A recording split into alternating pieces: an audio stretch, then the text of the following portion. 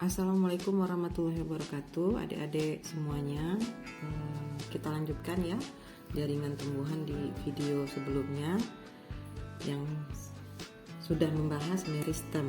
Kita ingat lagi, jaringan tumbuhan itu ada dua, tidak permanen namanya meristem, dan yang permanen kita bahas sekarang yaitu jaringan yang dia tetap tidak bertambah, yang ada 4 kemarin ya, ada 4. Yang pertama ada 4, semuanya berinisial P dan diakhiri dengan E. Yang pertama itu adalah parenkim.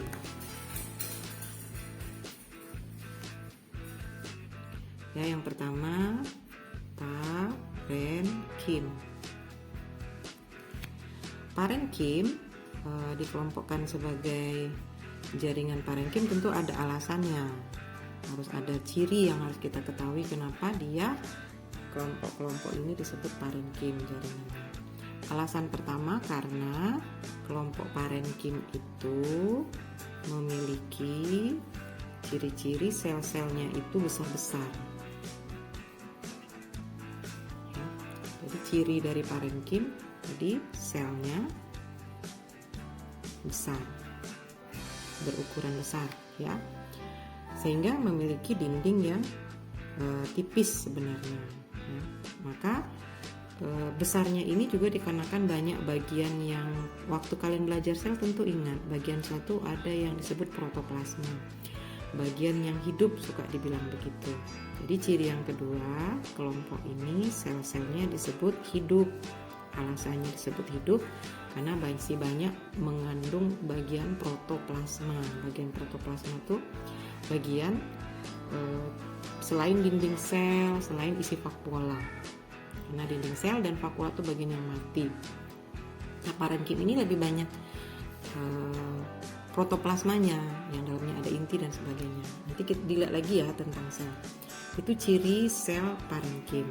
Sehingga parenkim berdasarkan cirinya ini nanti juga dibagi atas 2 macam kelompok. 2 macam kelompok.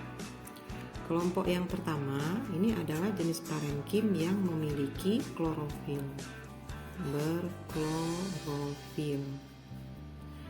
Adik tentu ini ya akrab dengan kata-kata klorofil. Klorofil ini adalah zat hijau daun.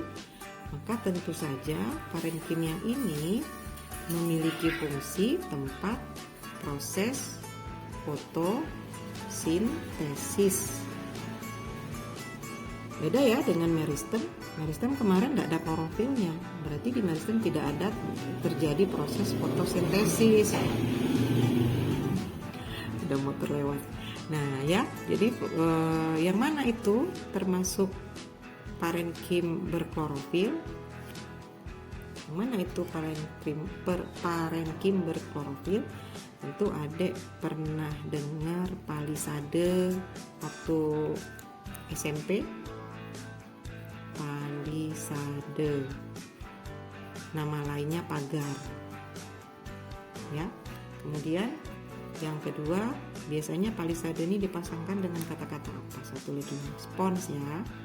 Spons itu kayak karang ya, makanya ini juga dinamakan bunga karang. Nah, ini tambahan ya, pada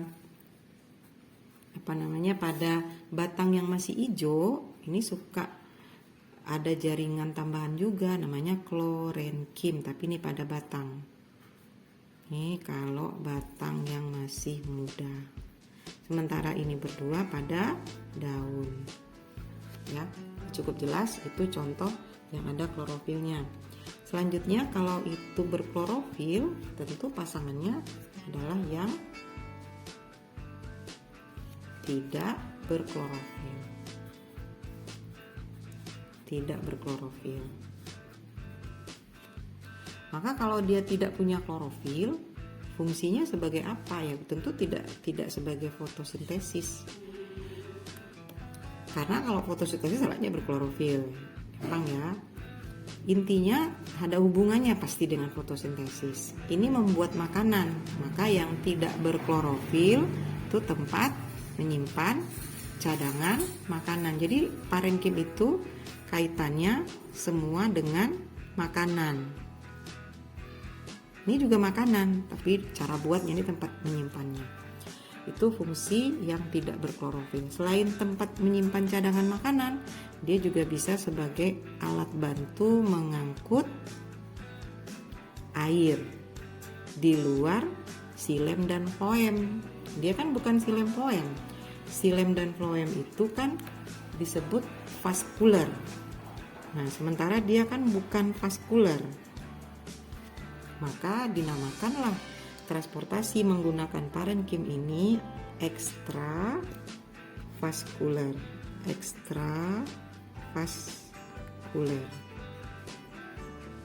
Ekstravasikuler ya, artinya pengangkut tapi bukan xilem dan floem. Ini ternyata bisa ya, ini mengangkut walaupun bukan xilem floem. Ya, intinya kan yang dapat bagian makanan tidak hanya diangkut oleh xilem floem, yang untuk kesana dan kesininya kadang-kadang di sisi-sisi lain tuh butuh yang bukan xilem floem. Contoh yang termasuk sebagai yang tidak berklorofil ini siapa saja? Ya, siapa saja yang tidak termasuk parenkim tapi tidak berklorofil. Yang pertama bernama empulur. Empulur itu bagian tengah batang. Kemudian yang bernama endodermis. Yang ketiga bernama cortex. Nah, jadi makanya parenkim itu semuanya jadi ada 6 ya, ada palisade, ada spon, klorenkim, ini yang tempat fotosintesis. Yang empulur, endodermis, korteks ini tempat menyimpan makanan dan vasikuler. Ya, itu jaringan yang permanen pertama. Ya, cukup jelas ya. Kita lanjutkan. Berikutnya tidak permanen yang kedua, berinisial P juga, permanen P. Itu bernama pembuluh tadi. Pembuluh. Yang istilah lainnya tadi ekstra, yang ini berarti ini intra vasikuler. Oke, salah. Vasikuler. Intravasikuler. Nah, pembuluh intravasikuler ini fungsinya adalah untuk pengangkutan. Nanti ciri-cirinya di macamnya ya. Fungsinya secara umum adalah untuk proses pengangkutan atau transportasi. Jaringan ini dikelompokkan dulu menjadi 2 macam. Ada 2 macam pembuluh atau intravaskuler. Ada yang bernama xilem, ada yang bernama floem. Atau kadang ditulis dengan floem ya. Perbedaan dari berdua ini adalah pertama tentu dari sisi selnya ya. Kita lihat dari sisi sel, pokoknya dari apa selnya, ini sel juga tadi. Pada xilem isinya adalah sel-sel apa saja. Ada sel trakea, dalamnya ada sel trakeid, maaf keenaan nulis nggak lihat kamera ya. Ada sel trakea, ada sel trakeid, kemudian ada di situ parenkim juga. Jadi parenkim, ada sel parenkim ya di xilem, ada untuk membentuk makanannya. Lalu menguatnya nanti ada namanya di sini sklerenkim. Sklerenkim ini termasuk penguat, akan kita bahas nanti.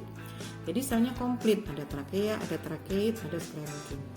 Sementara kalau floem, sel-selnya itu bernama sel tapis. Sel tapis. Lalu ada yang bernama sel pengiring. Sel pengiring ini memang membantu tapis Nah, tapis ini tidak punya inti, maka prosesnya dibantu pengiring.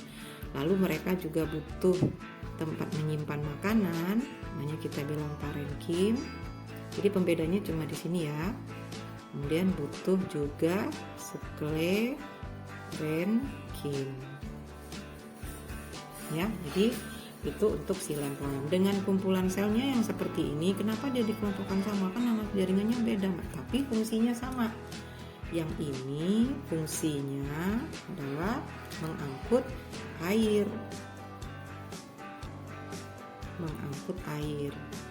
Sementara kumpulan sel yang ini mendukung untuk pengangkutan hasil fotosintesis. Angkut hasil.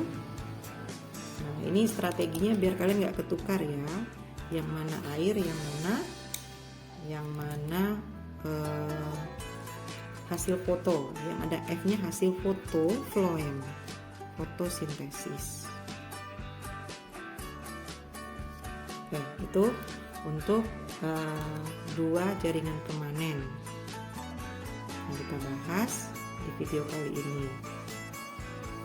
Untuk dua berikutnya, karena dia ada 4 ya, dua berikutnya akan kita bahas di video selanjutnya. Oke, terima kasih. Assalamualaikum.